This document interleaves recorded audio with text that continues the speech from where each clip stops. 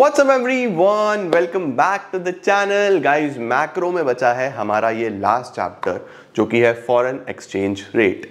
आज की क्लास में इसको वन शॉट समाप्त करते हैं, समझते हैं इसके अंदर हमें क्या क्या कॉन्सेप्ट्स हैं, कैसे कैसे करने हैं और इसके साथ मैक्रो खत्म। टेंशन मत लो, अब आपका इंडियन इको के बस 3 चैप्टर बचे, 5 मैं ऑलरेडी पढ़ा चुका हूँ। कल मैं 1 या 2 चैप्टर करा के मतलब अगले 1-2 दिन में पूरा ही खत्म कर दूंगा, फिर बचेगा सिर्फ अकाउंट्स का पार्ट जिसके लिए तुम सबको बेसब्री से इंतजार है। वो भी हम इसी मंथ में 15 तारीख तक मेजॉरिटी मैक्सिमम समाप्त कर देंगे। ठीक है, तो चलिए जल्दी से शुरू करते हैं और देखते हैं इस चैप्टर में क्या है। Let's begin.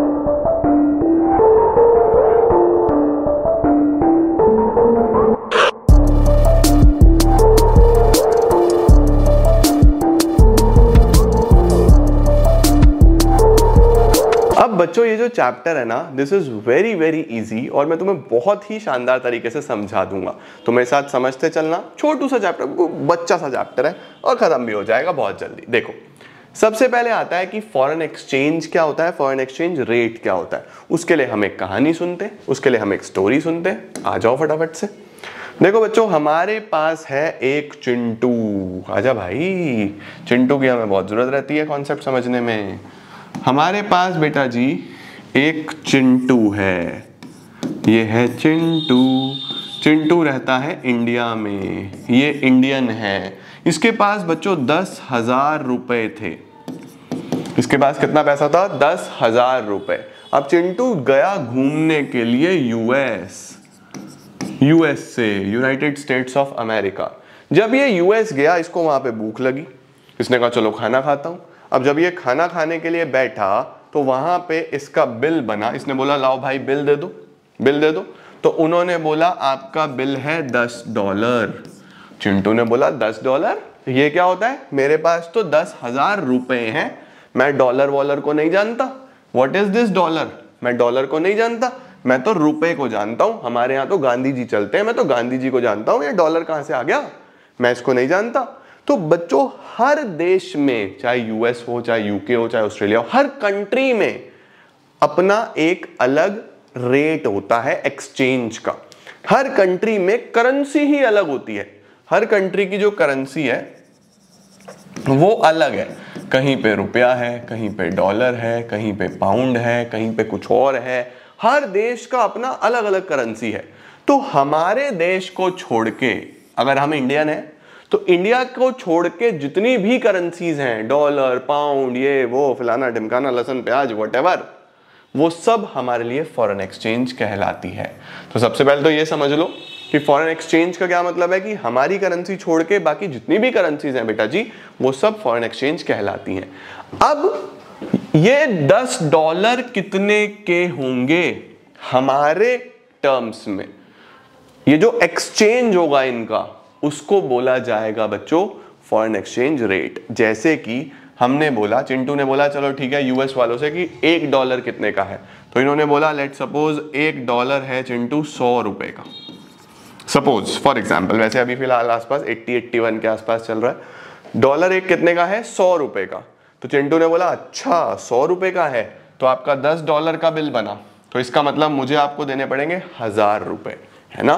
तो देखो 1,000 रुपए किसके बराबर आए? $10 के। तो ये जो हमने एक्सचेंज किया है कि रुपया कितने में बदला गया, इसी को हम फॉरेन एक्सचेंज रेट बोलते हैं। तो फॉरेन एक्सचेंज रेट क्या है? वो रेट जिसमें एक करेंसी किसी दूसरे करेंसी से एक्सचेंज करी जाती है।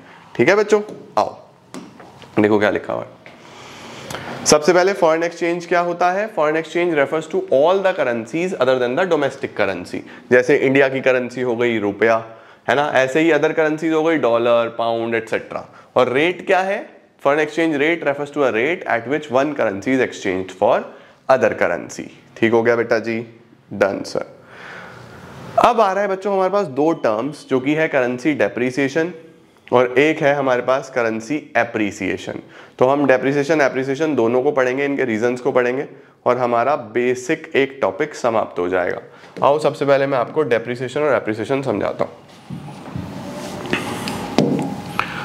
करेंसी का डेप्रिसिएशन और करेंसी का एप्रिसिएशन।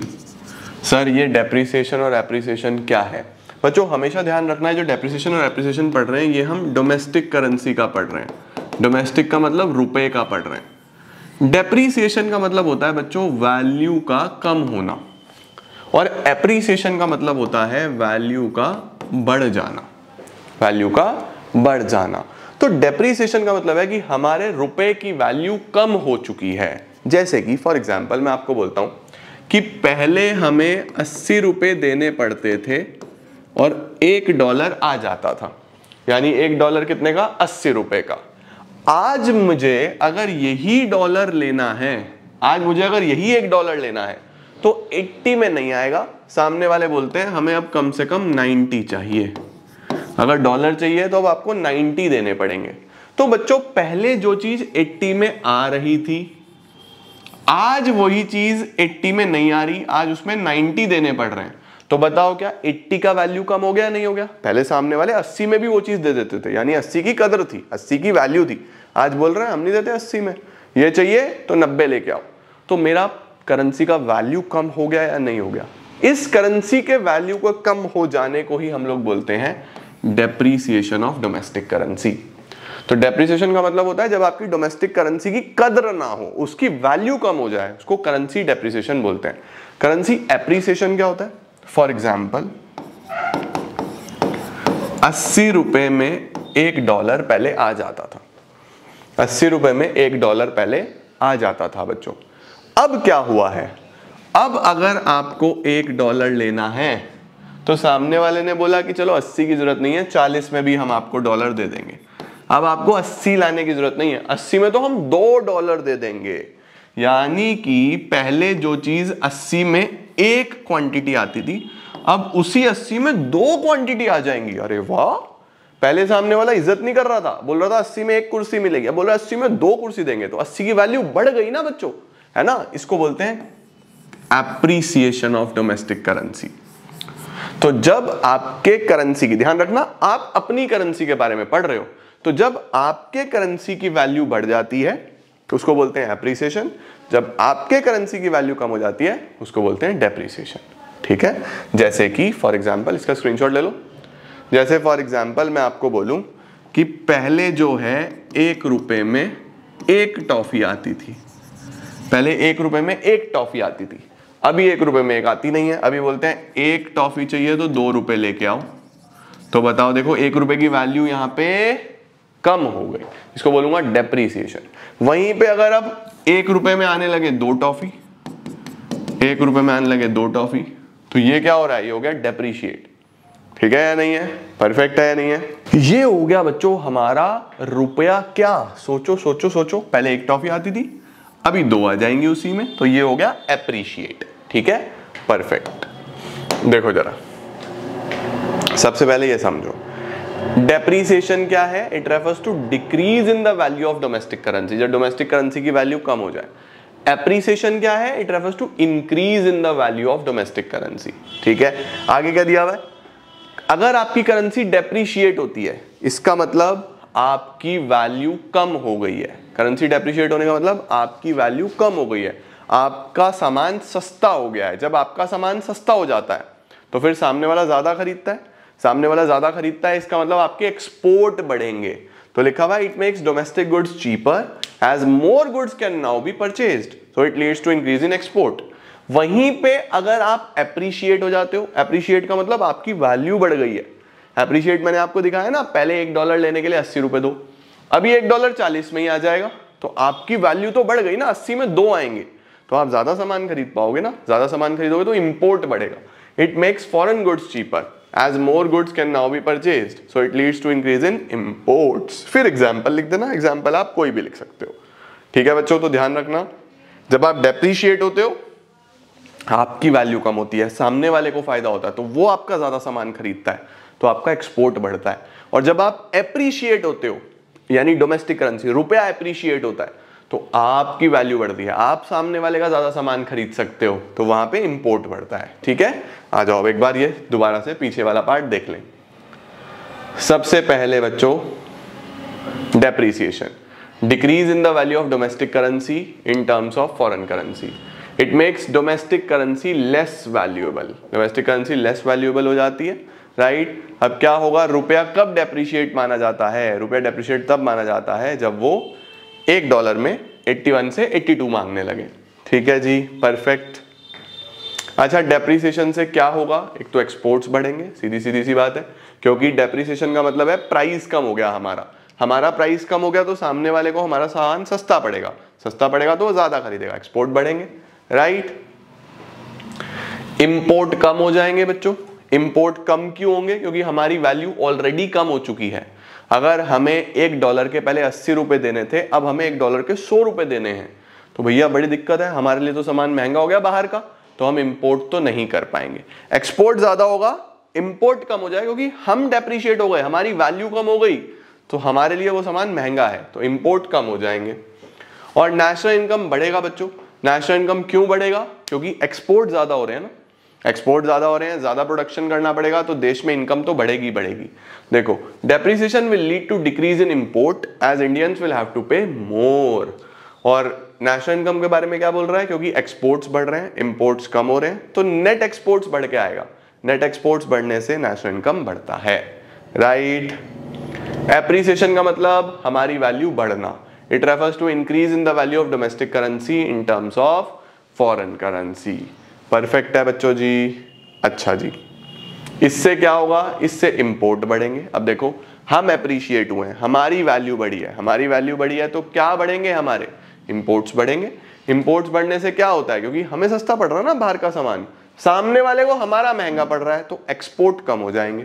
तो increase in import, decrease in exports, exports कम हो जाएंगे, ठीक है। और एक्सपोर्ट्स कम होंगे तो नेशनल इनकम कम हो जाएगा। आओ मैं आपको एक बार ये सारे के सारे लिखवा देता हूं, ताकि आपको कोई कंफ्यूजन ना हो। कई बार बच्चों को कंफ्यूजन होता है, मैं जानता हूं। देखो, डेप्रीसिएशन से क्या होगा, डेप्रीसिएशन से बच्चों आपकी जो वैल्यू है वो कम हो जाएगी। आपकी वैल्यू कम होने से क्या होता है, फॉरेनर्स को फायदा, क्योंकि आपकी वैल्यू कम है ना, तो फॉरेनर्स को फायदा होता है। जब फॉरेनर्स को फायदा होता है, इसका मतलब उन्हें हमारा सामान सस्ता पड़ रहा है, हमारा सामान सस्ता पड़ रहा है, तो एक्सपोर्ट बढ़ते हैं, एक्सपोर्ट बढ़ते हैं, ठीक है। एक्सपोर्ट बढ़ रहा है तो अब फॉरेनर्स को फायदा हो रहा है, तो हमारा नुकसान हो रहा है। फॉरेनर्स को फायदा, हमारा नुकसान, क्योंकि हमें उनका सामान महंगा पड़ रहा है, उनका सामान महंगा पड़ रहा है, तो इंपोर्ट कम हो जाएंगे। और एक्सपोर्ट बढ़ने से, इंपोर्ट कम होने से नेशनल इनकम बढ़ता है, क्योंकि एक्सपोर्ट ज्यादा हो रहा है, ठीक है। ये हो गया डेप्रिसिएशन की रिस्पेक्ट में। अब एप्रिसिएशन की रिस्पेक्ट में सुनो। एप्रिसिएशन का मतलब है कि आपकी वैल्यू जो है, आपकी मतलब हमारी वैल्यू जो है वो बढ़ गई है। हमारी वैल्यू बढ़ने का मतलब हमारा फायदा, हमारा फायदा, फॉरेनर्स को नुकसान। हमारा फायदा है, फॉरेनर्स को नुकसान है। इससे क्या होगा जी, इससे हमारे जो एक्सपोर्ट हैं वो कम हो जाएंगे। हमारा फायदा हो रहा है, हमारी वैल्यू बढ़ गई है, तो हम इंपोर्ट ज्यादा कर पाएंगे, और नेशनल इनकम हमारी कम हो जाएगी। लो जी, ये अपने पास नोट कर लो, ये इंपॉर्टेंट पॉइंट्स हैं, आपको पता होने चाहिए, ठीक है। Perfect, done sir. चलो जी, अब आ रहा है कितने तरीके के फॉरेन एक्सचेंज रेट सिस्टम्स हो सकते हैं, how many kinds of foreign exchange systems are there. तो बच्चों 3 तरीके के फॉरेन एक्सचेंज रेट सिस्टम्स होते हैं। पहला होता है fixed exchange rate system. Fixed का मतलब होता है जिसके अंदर सरकार एक एक्सचेंज रेट फिक्स कर देती है और वही चलता है, यानी इसके अंदर गवर्नमेंट के पास पावर होती है कि आप एक्सचेंज रेट खुद फिक्स कर लो। अब सरकार तो सर कुछ भी फिक्स कर सकती है ना, तो सरकार का कंट्रोल रहता है इस सिस्टम के अंदर। तो फिक्स्ड में क्या होता है, जहां पे गवर्नमेंट खुद एक्सचेंज रेट फिक्स करती है। सर गवर्नमेंट कैसे फिक्स कर सकती है, मैं आपको सिखाता हूं बच्चों। गवर्नमेंट क्या करती है, 2 वैल्यूज ले लेती है।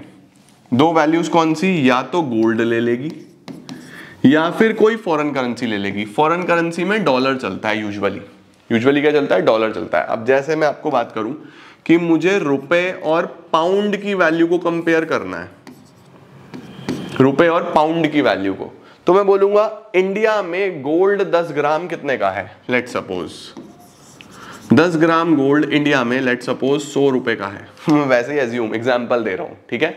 इंडिया में 10 ग्राम गोल्ड 100 रुपए का है। यही मैं चेक करूंगा कि यूके में जहां पाउंड चल रहा है, ठीक है, वहां पे कितने का है। तो हमने बोला 10 ग्राम गोल्ड वहां कितने का है सर, तो उन्होंने बोला वहां तो 10 पाउंड का है। कितने का है, 10 पाउंड का। तो देखो 10 ग्राम गोल्ड यहां पे भी सेम, यहां पे भी 10 ग्राम गोल्ड सेम, यानी हमने कॉमोडिटी वैल्यू सेम ली, ठीक है। तो मुझे पता चल गया कि गोल्ड के हिसाब से जो वैल्यू 100 रुपए की है वही वैल्यू 10 पाउंड की भी है, जो वैल्यू 100 रुपए की है वही वैल्यू 10 पाउंड की भी है। तो मैं 0 से 0 कट करूं तो 10 रुपए किसके बराबर हो गए, 1 पाउंड के। 10 रुपए 1 पाउंड के बराबर हो गए। देखो ये गोल्ड की रिस्पेक्ट में निकाला, कॉमोडिटी वैल्यू सेम कर ली। आप ऐसे ही 1 ग्राम देख लो, 100 ग्राम देख लो, दोनों में बराबर वैल्यू कितने में आ रही है।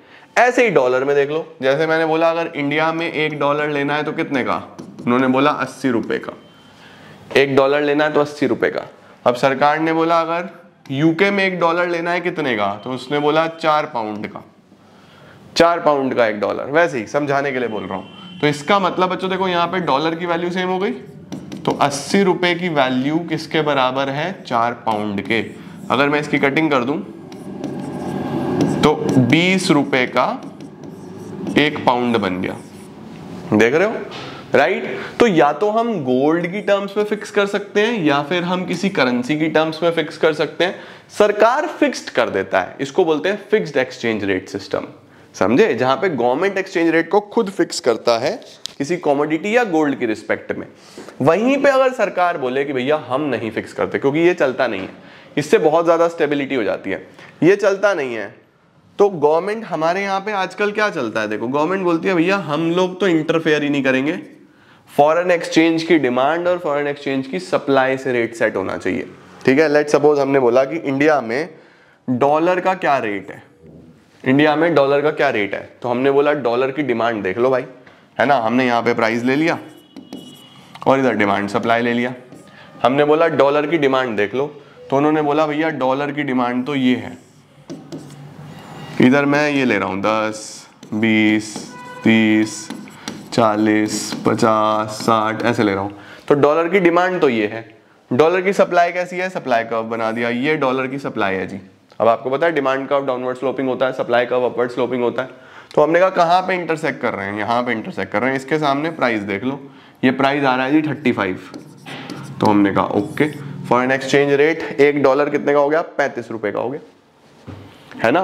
तो हमने रेट कैसे डिफाइन करा, डिमांड सप्लाई से। अब मैं बोल रहा हूं कि अगर डिमांड और बढ़ जाएगी इसकी, अगर डॉलर की डिमांड बढ़ती रहे, कि डॉलर की डिमांड बढ़ेगी तो डिमांड का राइट में शिफ्ट हो जाएगा, डिमांड बढ़ेगी तो ये राइट में शिफ्ट हो जाएगा। अब कहाँ इंटरसेक्ट करा इसने, यहाँ पे। तो देखो ज्यादा डिमांड है तो और महंगा, अब हो गया 45 का, और डिमांड होगी तो और महंगा, और डिमांड कम होगी तो सस्ता। डिमांड कम हो जाएगी तो देखो, कम होने का मतलब है कि लेफ्ट में शिफ्ट हो गया। अब ये 20 रुपए रेट आ गया। तो ये डॉलर जो है हमारे देश में 80 तक कैसे पहुंच गया, क्योंकि डिमांड बहुत ज्यादा है। हम यूएस से इतना सामान मंगाते हैं, उसका पैसा कैसे दें, डॉलर में देना पड़ता है, डिमांड बहुत ज्यादा है। देखो 80 तक पहुंच गया। ऐसे ही डिमांड बढ़ती रहेगी तो ये 90, 100, 120 कहीं भी जा सकता है। तो हमें क्या करना है, डॉलर की डिमांड को कम करना है अगर उसकी वैल्यू नीचे लेके आनी है। तभी तो हमारी गवर्नमेंट बार बार बोलती है make in India, make in India, Bharat का सामान यूज करो, भारत का सामान यूज करो, ताकि इनकी वैल्यू कम हो पाए, नहीं तो ये तो बहुत ज्यादा आगे बढ़ जाएंगे हमारे से। तो जब ऐसे चलता है ना बच्चों डिमांड सप्लाई से, तो फिर इसको बोलते हैं फ्लेक्सिबल एक्सचेंज रेट सिस्टम। इसको क्या बोलते हैं, फ्लेक्सिबल एक्सचेंज रेट सिस्टम। अब इन दोनों का एक मिक्सचर भी होता है, फिक्स्ड का और फ्लेक्सिबल का। फिक्स्ड और फ्लेक्सिबल का एक मिक्सचर होता है बच्चों, उसको बोलते हैं managed floating exchange rate system. Managed floating. अब मैनेज्ड फ्लोटिंग में क्या होता है बच्चों, हमारे पास एक्सचेंज रेट तो फिक्स होता है, वही डिमांड सप्लाई से, ठीक है। जैसे ये डिमांड है, ये सप्लाई है, ये इक्विलिब्रियम, इसके सामने रेट आ गया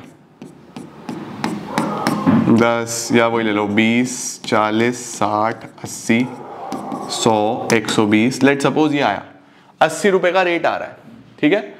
अब इसके अंदर आरबीआई चाहता है कि इसका रेट थोड़ा सा कम हो जाए। आरबीआई क्या चाहता है कि इसका रेट थोड़ा सा कम हो जाए, इसका रेट बहुत ज्यादा जा रहा है, इतना ज्यादा नहीं जाना चाहिए, आरबीआई इसको कंट्रोल करना चाहता है। तो अब आरबीआई का हमने फंक्शंस ऑफ सेंट्रल बैंक में पढ़ा था, RBI is the custodian of foreign exchange reserve. हाँ, आरबीआई के पास हमारे देश के बहुत सारे रिजर्व्स होते हैं, फॉरेन एक्सचेंज रिजर्व्स। सर ये रिजर्व्स आरबीआई के पास कहाँ से आए? बच्चों जो भी हमने उनको सर्विसेज दी है, हमने जो भी उनको सर्विसेज दी है तो उन्होंने भी तो हमें पे किया होगा ना। हमें पे किया होगा तो हमने बोला भैया रुपए में पैसा चाहिए, तो उन्होंने बोला रुपया दो, हमने कहा लाओ डॉलर दो, रुपया देंगे एक्सचेंज करके। तो हमने भी जब अपनी गुड्स और सर्विसेज को एक्सपोर्ट किया तो हमारे पास डॉलर आता है, डॉलर आता है तो आरबीआई अपने पास रखता है उसको संभाल के, है ना। अब ये जो आरबीआई अपने पास रख रहा है, आरबीआई के पास कंट्रोल है इस डॉलर का। तो अब देखो जैसे 80 रुपए रेट आया, आरबीआई चाहता है कि रेट थोड़ा कम हो जाए, तो आरबीआई इसमें से निकाल के इकोनॉमी में सप्लाई बढ़ा देगा डॉलर की, इकोनॉमी में डॉलर की सप्लाई बढ़ा देगा, मार्केट में ऑफर कर देगा डॉलर को, सप्लाई बढ़ जाएगी। तो देखो सप्लाई कर्व राइट में चला जाएगा, ऐसे सप्लाई कर्व राइट में आ जाएगा, तो नया इक्विलिब्रियम ये होगा। तो देखो रेट नीचे आ गया, रेट 80 से 60 हो गया, कितना हो गया? 80 से 60 हो गया। तो देखो आरबीआई ने अपने हिसाब से कंट्रोल कर लिया। वहीं पे अगर रेट बढ़ाना हो तो डिमांड बढ़ा दो, डिमांड बढ़ा दो, डिमांड जितनी ज्यादा उतना रेट बढ़ता चला जाएगा। देखो फॉर एग्जाम्पल ये आ रहा है, ये डिमांड है, ये सप्लाई है, ये इक्विलिब्रियम है, ये सामने रेट है। अब ये लेट सपोज 40 रुपए है, अगर डिमांड बढ़ेगी तो डिमांड का यहां बनेगा ना, ये नया इक्विलिब्रियम और रेट ये आ जाएगा, 60 हो जाएगा, राइट। तो डिमांड कब बढ़ती है, सॉरी रेट कब बढ़ता है? जब या तो डिमांड ज्यादा हो या सप्लाई कम हो जाए, शॉर्टेज हो जाए, तो इससे रेट बढ़ जाता है। और रेट कब कम होता है? डिमांड कम हो, सप्लाई ज्यादा हो। तो रेट बढ़ाने के लिए या रेट कम करने के लिए आरबीआई के पास ये वाले ऑप्शंस अवेलेबल हैं, ठीक है। तो देखो फिक्स्ड में क्या होता है, जब प्रॉपरली गवर्नमेंट ही फिक्स कर देता है उसको बोलते हैं fixed exchange rate system. Flexible में क्या होता है, जब वो पूरा का पूरा 100% मार्केट फोर्सेस से ऊपर नीचे होता है, आरबीआई का कोई इंटरफेरेंस नहीं है, जो मार्केट फोर्सेस बोलेगी वो। मैनेज फ्लोटिंग है, दोनों मिक्सचर, फ्लेक्सिबल के तरीके से चलेगा लेकिन गवर्नमेंट इंटरफेयर भी करेगा, आरबीआई इंटरफेयर भी करेगा इन टूल्स को यूज करके, डिमांड सप्लाई को यूज करके, उसको बोलते हैं मैनेज फ्लोटिंग। देखो अब ये कर्व्स वगैरह आपको बताए नहीं गए लेकिन मैंने आपको सिखा दिया। Fixed exchange rate system, flexible exchange rate system, manage floating rate system. Fixed exchange rate system refers to a system in which exchange rate is fixed by the government. Basic purpose क्या होता है, ताकि stability बनी रहे, बहुत ज्यादा ऊपर नीचे ना हो। स्टेबिलिटी अचीव करने के लिए गवर्नमेंट क्या करता है, बाय करता है फॉरेन करेंसी जब बहुत ज्यादा सप्लाई हो रही होती है, और बेच देता है जब बहुत ज्यादा डिमांड हो रही होती है। देखो सीधी सी बात है, वही वाली बात है ना कि गवर्नमेंट स्टेबल रखना चाहता है, बहुत ज्यादा वैल्यू ऊपर नीचे ना हो। तो जब भी हमारे पास अनलिमिटेड सप्लाई है, अनलिमिटेड सप्लाई से क्या होता है, जब भी सप्लाई बहुत ज्यादा होती है ना तो रेट गिरने लगता है, तो गवर्नमेंट बाय करता है। बाय करने का मतलब है डिमांड बढ़ा दी, डिमांड बढ़ाने से फिर रेट ऊपर आने लगता है, राइट। वहीं पे अगर बहुत ज्यादा डिमांड हो रही है, यानी कि बहुत ज्यादा डिमांड हो रही है, तो इससे रेट बढ़ने लगता है, तो वहां पे गवर्नमेंट सेल करता है। सेल करने का मतलब सप्लाई बढ़ा देता है, सप्लाई बढ़ाने से अपने आप फिर रेट कम होने लगता है, तो गवर्नमेंट ध्यान रखता है। अब ये सब सप्लाई कम करने के लिए, सप्लाई ज्यादा करने के लिए गवर्नमेंट के पास खुद भी तो होना चाहिए फॉरेन एक्सचेंज। तो लिखा हुआ है for this government has to maintain large reserves of foreign currency to maintain exchange rate, ठीक है। अब गवर्नमेंट कैसे फिक्स करता है, या तो एक्सटर्नल स्टैंडर्ड में, वो एक्सटर्नल स्टैंडर्ड गोल्ड वगैरह हो सकता है, या फिर कोई अदर कंट्री की करेंसी भी हो सकती है, ठीक है। और जब हम इसको इस तरीके से फिक्स करते हैं, जब हम इसको फिक्स करते हैं तो इसको बोला जाता है पैगिंग। इसको क्या बोला जाता है, pegging. When value of domestic currency is tied to the value of another currency, जैसे मैंने डॉलर के साथ करके दिखाया ना, इसको बोलते हैं पैगिंग। वहीं पे अगर गोल्ड वगैरह से करे तो उसको बोलते हैं पैरिटी वैल्यू, गोल्ड वगैरह से करे तो उसको बोलते हैं पैरिटी वैल्यू, ठीक हो गया बच्चों। तो ये होता है हमारे पास फिक्स्ड एक्सचेंज रेट सिस्टम। इसके मेरिट्स क्या क्या हैं? स्टेबिलिटी रहेगी, एक्सचेंज रेट बार बार ऊपर नीचे नहीं होगा। दूसरा, इंटरनेशनल इन्वेस्टमेंट प्रमोट होती है, क्योंकि स्टेबिलिटी है ना, बार बार ऊपर नीचे नहीं हो रहा, तो प्रॉफिट लॉस निकालना आसान होता है, तो इंटरनेशनल इन्वेस्टमेंट जल्दी से मिलता है हमें। इसके बाद इंटरनेशनल ट्रेड बढ़ता है, क्योंकि लोगों में कॉन्फिडेंस रहता है कि रेट यही रहने वाला है, तो ट्रेड प्रमोट होता है। तो ये आप इसके कोई भी 3 मेरिट्स याद रख सकते हो बच्चों, ठीक है, परफेक्ट। चलो, डीमेरिट्स क्या हैं बच्चों इसके? डीमेरिट्स यही होंगे कि आपके पास बहुत सारा फॉरेन एक्सचेंज रिजर्व होना चाहिए। अगर आपके पास बहुत सारा फॉरेन एक्सचेंज रिजर्व नहीं होगा तो आप कैसे मेंटेन कर पाओगे? कई बार बहुत डिफिकल्टी आ जाती है एक्सचेंज रेट फिक्स करने में। क्यों? क्योंकि आपने अंडर वैल्यू कर दिया या ओवर वैल्यू कर दिया, गलत वैल्यू निकाल दिया, गोल्ड की वैल्यू ऊपर नीचे हो गई, तब भी तो दिक्कत हो जाती है। तो डिफिकल्टी आती है कई बार एक्सचेंज रेट फिक्स करने में। और एक्चुअल में वही बोल रहा है कि ये परमानेंटली फिक्स नहीं है, फ्लक्चुएशंस तो चलते रहते हैं, डॉलर भी तो ऊपर नीचे होता रहता है, फिर कैसे करोगे? तो ये फिक्स्ड भी परमानेंटली फिक्स्ड नहीं है।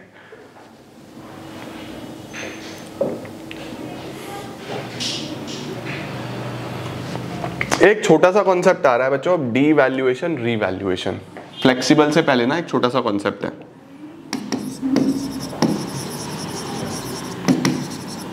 Devaluation and revaluation.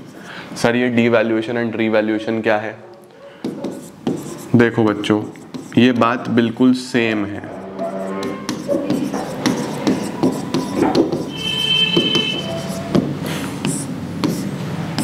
बस मैं 1 मिनट का ब्रेक लूंगा, मतलब आपको नहीं पता चलेगा, कोई मेरे गेट पे खड़ा है, आपको नहीं पता चलेगा, आपको तो हम एडिटिंग में क्रॉप कर देंगे, फिर मैं वापस से आके दोबारा शुरू करता हूँ। 1 मिनट दो बस मुझे। अब देखो बच्चों, डेप्रीसिएशन और डीवैल्यूएशन का दोनों का ही मतलब वैल्यू कम होना होता है, कि हमारी करेंसी की वैल्यू कम हो रही है, दोनों में ही कम होती है, ठीक है। और रीवैल्यूएशन और एप्रिसिएशन दोनों का ही मतलब वैल्यू बढ़ना होता है, ठीक है। सर फिर दोनों में फर्क क्या है?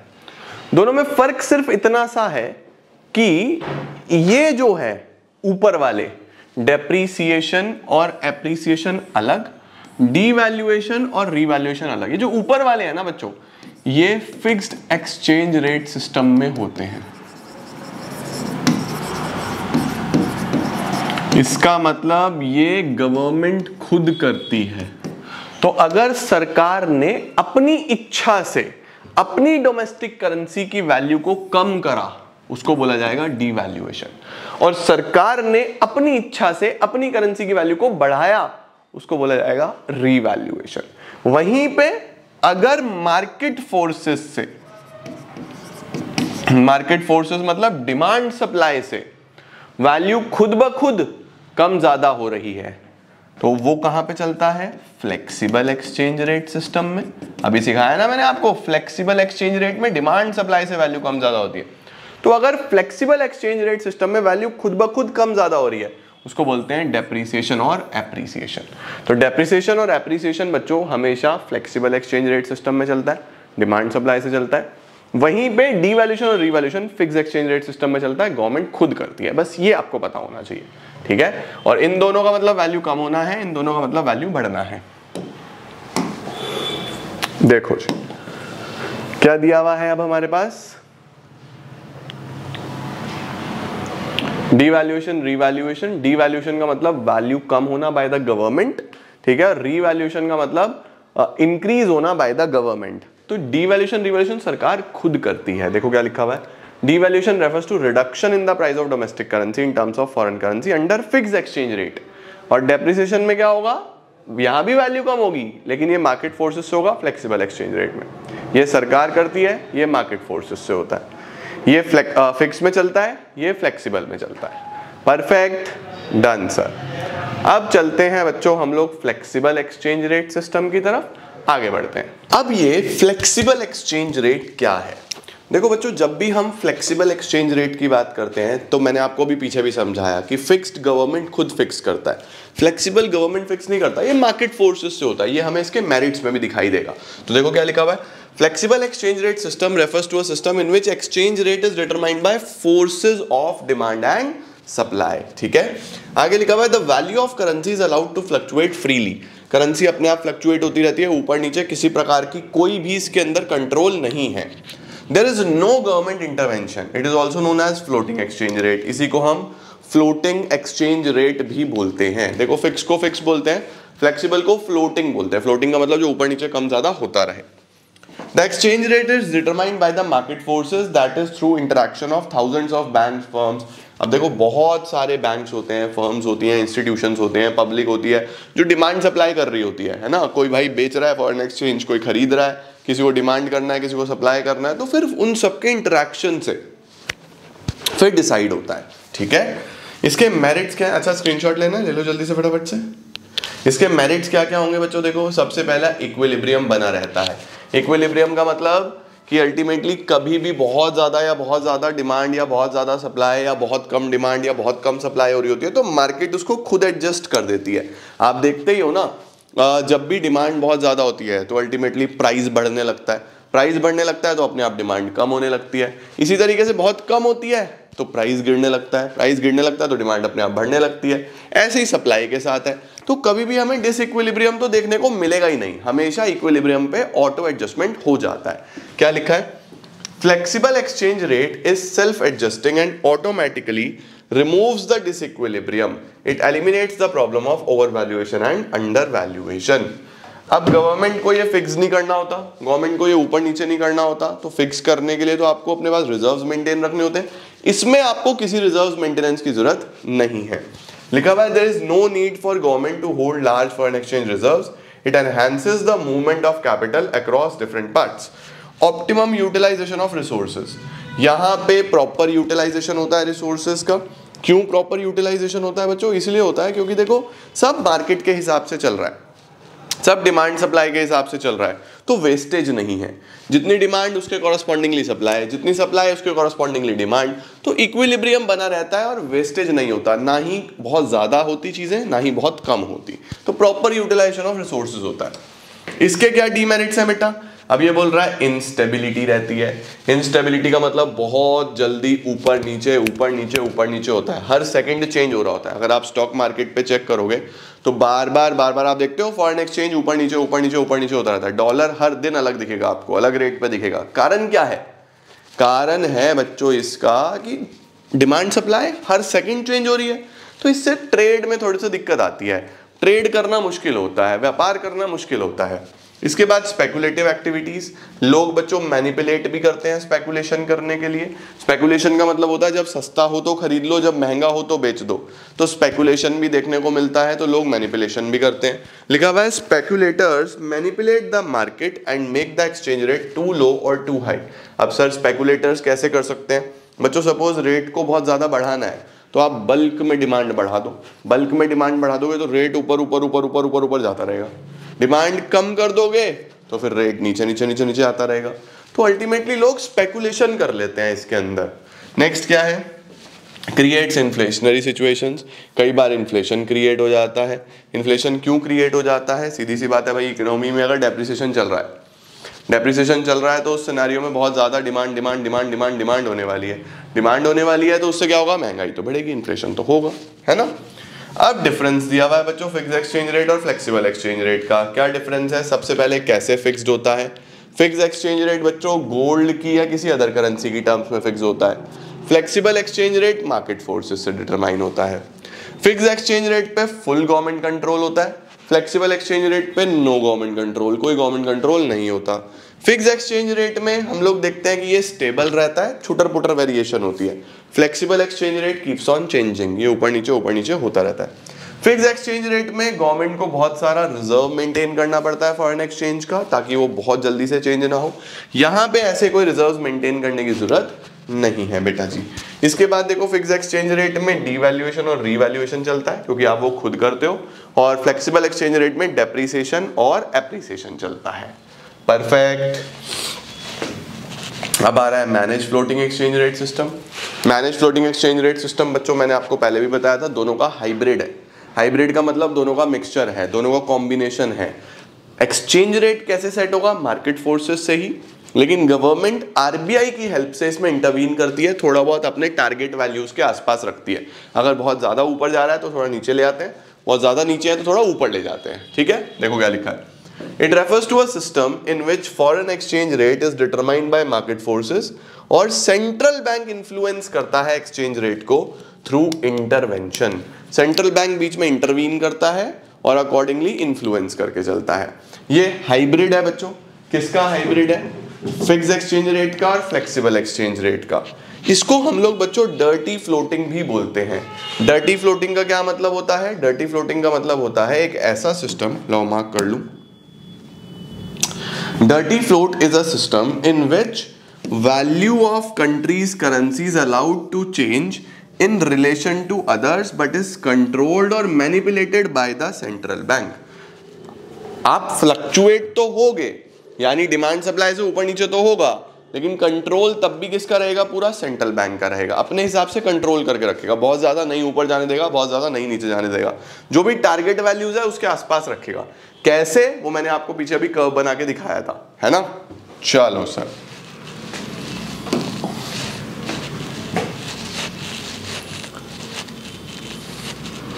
अब आ रहा है बच्चों एक छोटा सा क्वेश्चन कि कब डिमांड होती है फॉरेन एक्सचेंज की। जैसे हमने पढ़ा पीछे पढ़ा कि एक्सचेंज रेट डिमांड सप्लाई से सेट होता है ना। हमने अभी पीछे पढ़ा ना कि डिमांड सप्लाई। तो आपके माइंड में क्वेश्चन आना चाहिए कि सर डिमांड कब होती है या कौन लोग डिमांड करते हैं। सिमिलरली सप्लाई कब होती है, कौन लोग सप्लाई करते हैं। तो पहले डिमांड देख लो। डिमांड कब होती है? नंबर 1, सबसे पहले अगर आपको इंपोर्ट करने हैं कुछ गुड्स एंड सर्विसेज, अगर मुझे यूएस से कुछ सामान खरीदना है तो पेमेंट डॉलर में करना होगा। डॉलर में करना होगा तो मेरे पास होना चाहिए ना डॉलर, तो मैं उसकी डिमांड करूंगा। सर मेरे पास कहाँ से आएगा डॉलर? बच्चों बैंक से एक्सचेंज करा सकता हूँ, या इस तरीके की एक्सचेंज के लिए इंस्टीट्यूशंस बने होते हैं। जैसे एयरपोर्ट पे आप एक्सचेंज कर लेते हो अगर आप घूमने के लिए जाते हो, राइट। आपके आसपास कुछ शॉप्स भी होती हैं जिनके पास फॉरेन एक्सचेंज होता है, वो लाइसेंस्ड शॉप्स होती हैं, उनको लाइसेंस होता है इसमें डील करने का।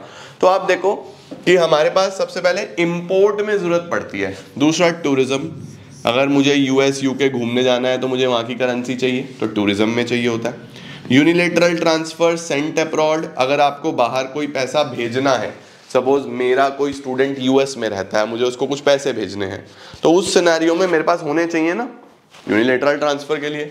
परचेज ऑफ एसेट्स, अगर मुझे बाहर विदेश में कोई एसेट खरीदना है, अगर मुझे विदेश में कोई एसेट खरीदना है तो भी मेरे पास पैसा होना चाहिए, तो भी जरूरत पड़ेगी।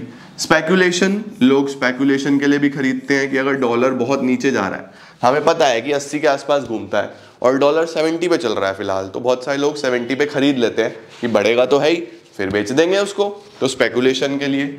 या फिर इंटरनेशनल लोन चुकाने हो तो, इंटरनेशनल लोन कोई आपने लिया हुआ है उसको चुकाना है तो भी आपको चाहिए। तो देखो डिमांड कब कब बढ़ती है, कुछ रीजंस लिखे हुए हैं, इंपोर्ट के लिए, टूरिज्म के लिए, यूनिलेटरल ट्रांसफर्स के लिए, एसेट्स खरीदना हो, स्पेकुलेशन के लिए, रीपेमेंट ऑफ लोन के लिए। नेक्स्ट आ रहा है बच्चों the demand curve of foreign exchange. अब demand curve of foreign exchange एक नॉर्मल डिमांड कर्व जैसा ही होता है, क्योंकि वही सिनेरियो चलता है इसके अंदर, इनवर्स रिलेशनशिप वाला। भाई प्राइस ज्यादा होगा यानी रेट ज्यादा होगा तो ऑफ कोर्स डिमांड कम होगी, और रेट कम होगा तो डिमांड ज्यादा होगी। तो वही इनवर्स रिलेशनशिप हमें यहाँ को मिलती है। लेट सपोज फॉर एग्जांपल मैं आपको बोलूं कि अगर जो एक्सचेंज रेट है वो 80 रुपये है तो डिमांड होती है 1000 यूनिट्स की, $1000 की। लेट सपोज मैं वैसे ही बता रहा हूँ, और ये रेट अगर घट जाएगा 40 हो जाएगा तो 2000 की डिमांड होने लगी। भाई रेट कम होगा तो डिमांड बढ़ेगी, सीधी सीधी सी बात है। तो वही चीज है कि अगर हम इसका डिमांड कर्व बनाएंगे तो इधर रेट ले लो 40, 80, और इधर आप अल्टीमेटली क्वांटिटी ले लो यानी कि डिमांड ले लो 1000, 2000। तो देखो 80 पे अगर 1000 है और रेट कम हो गए 40 हो जाए तो ये बढ़ जाएगा, इधर चला जाएगा, ये आ गया। तो अल्टीमेटली डिमांड कर्व वही डाउनवर्ड स्लोपिंग कर्व बनता है बेसिक। ठीक है, आओ जी देखो जी यहाँ पे क्या लिखा हुआ है, demand curve of foreign exchange slopes downward due to inverse relationship between demand and foreign exchange rate. Simple downward sloping curve बन जाता है। ये आपको इधर रेट और इधर डिमांड इतना लिख देना है। ठीक है, परफेक्ट। चलो जी, सप्लाई ऑफ फॉरेन एक्सचेंज। अब डिमांड के बारे में बात हो गई तो सप्लाई कैसे आएगी, हमारे पास तक कैसे पहुंचेगा फॉरेन एक्सचेंज। तो सप्लाई कहाँ कहाँ से आती है? नंबर 1, जब हम एक्सपोर्ट करते हैं। जब भी हम बच्चों एक्सपोर्ट करेंगे, जब भी हम सामान बाहर बेचेंगे। अगर मैं यूएस में कुछ बेचता हूं तो वहां से पैसा आता है ना, तो हमारे पास फॉरेन एक्सचेंज आएगा। फॉरेन इन्वेस्टमेंट, जब भी बाहर वाले लोग हमारे देश में इन्वेस्ट करते हैं वहां से पैसा आता है। रेमिटेंसेस फ्रॉम अब्रॉड, जैसे हमने यूनिलेटरल ट्रांसफर करा था ना, गिफ्ट भेजा था, वैसे ही गिफ्ट आ भी तो सकता है, वहां से पैसा आता है। स्पेकुलेशन, जैसे आप सस्ते होने पे खरीदते हो, अब आपका अगर सस्ता है एक्सचेंज तो फिर वो लोग भी तो खरीदेंगे, है ना, स्पेकुलेट तो वो भी कर सकते हैं, राइट।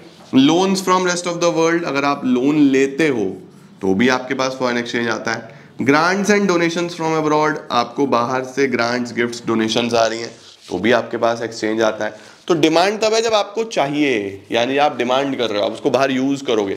सप्लाई तब है जब आपके पास आ रहा है, सोर्स हो रहा है, ठीक है, डन सर। अब नेक्स्ट आ रहा है बच्चों supply curve of foreign exchange. अब यहां भी वही रिलेशनशिप जैसा आप क्लास 11th में पढ़ते थे, सप्लाई का रेट के साथ सीधा सीधा रिलेशन होता है।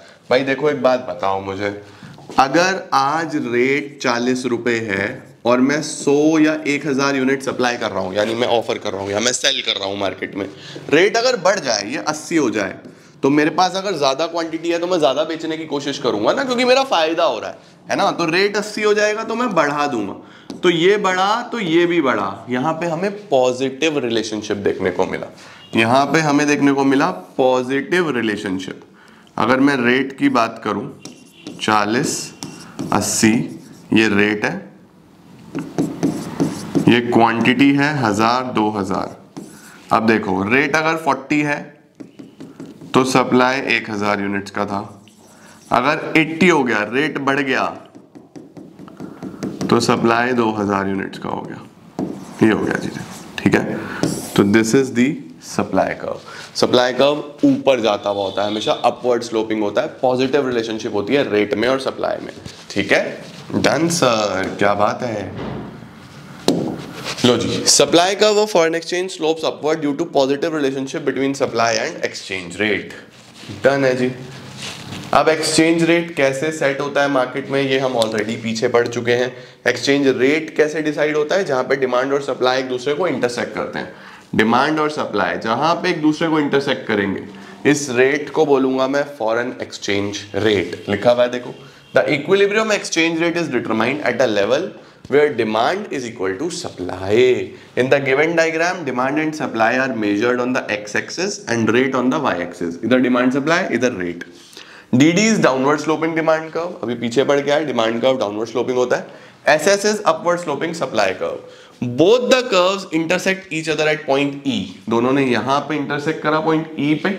ये है equilibrium exchange rate. इसके सामने ये जो rate आया R, ये इक्विलिब्रियम एक्सचेंज रेट है और ये इक्विलिब्रियम क्वांटिटी है डिमांड और सप्लाई की। Any exchange rate other than OR is not equilibrium.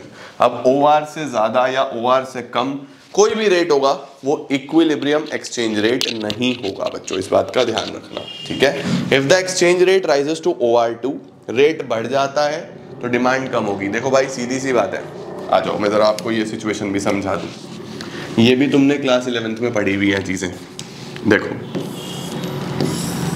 हमारे पास ये डिमांड है, ये सप्लाई है, ये इक्विलिब्रियम है, दिस इज इक्विलिब्रियम। ये इक्विलिब्रियम रेट है OR, ये इक्विलिब्रियम क्वांटिटी है OQ, ठीक है।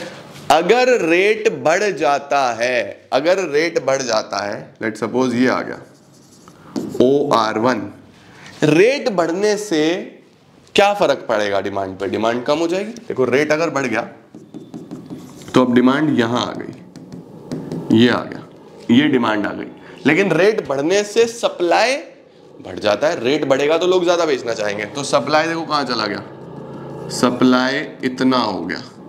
पहले यही था, यही डिमांड था, यही सप्लाई था, तभी तो अल्टीमेटली इक्विलिब्रियम देखने को मिल रहा था। यही डिमांड था, यही सप्लाई था। रेट बढ़ा तो डिमांड इतना हो गया, देखो बस इतना डिमांड हो गया और सप्लाई इतना बढ़ गया, है ना। तो रेट बढ़ने से बच्चों सप्लाई क्योंकि बहुत ज्यादा बढ़ जाता है, तो इसी को बोलते हैं हम एक्सेस सप्लाई। इसी को क्या बोलते हैं, एक्सेस सप्लाई। और इसी का उल्टा क्या होता है, अगर रेट कम हो जाए, अगर रेट कम हो जाए बच्चों, लेट सपोज, लो जी रेट कम हो गया, अब रेट कम होने से क्या होगा? रेट कम होने से बच्चों सप्लाई सबसे पहले कम हो जाएगा। देखो ये सप्लाई कर्व है, इस बार ये सप्लाई है, ठीक है, और रेट कम होने की वजह से जो डिमांड है वो बढ़ जाएगा। इसको थोड़ा सा सही करके बनाना पड़ेगा, ये आप जब स्केल से बनाओगे तो बिल्कुल बराबर आएगा, है ना। तो ये इस बार जो है ये डिमांड है, तो इस बार देखो रेट कम होने की वजह से डिमांड बहुत ज्यादा है और सप्लाई कम है, तो इसको क्या बोलते हैं? इसको बोलते हैं एक्सेस डिमांड। डिमांड बहुत ज्यादा है, तो कोई भी सिचुएशन हो, इक्विलिब्रियम से ज्यादा रेट हो या इक्विलिब्रियम से कम रेट हो, इक्विलिब्रियम से रेट ज्यादा होगा तो वहां पे हमें एक्सेस सप्लाई देखने को मिलेगा, इक्विलिब्रियम से रेट कम होगा तो वहां पे हमें एक्सेस डिमांड देखने को मिलेगा। इस बात का ध्यान रखना है। चलो ठीक है, डन सर। अब आ रहा है change in exchange rate. Rate कैसे कैसे चेंज हो सकता है बच्चों? रेट चेंज होगा जब डिमांड चेंज होगी या सप्लाई चेंज होगी, ये आपको बस पता होना चाहिए। This is not a very important topic, बस आपको आना चाहिए, ठीक है।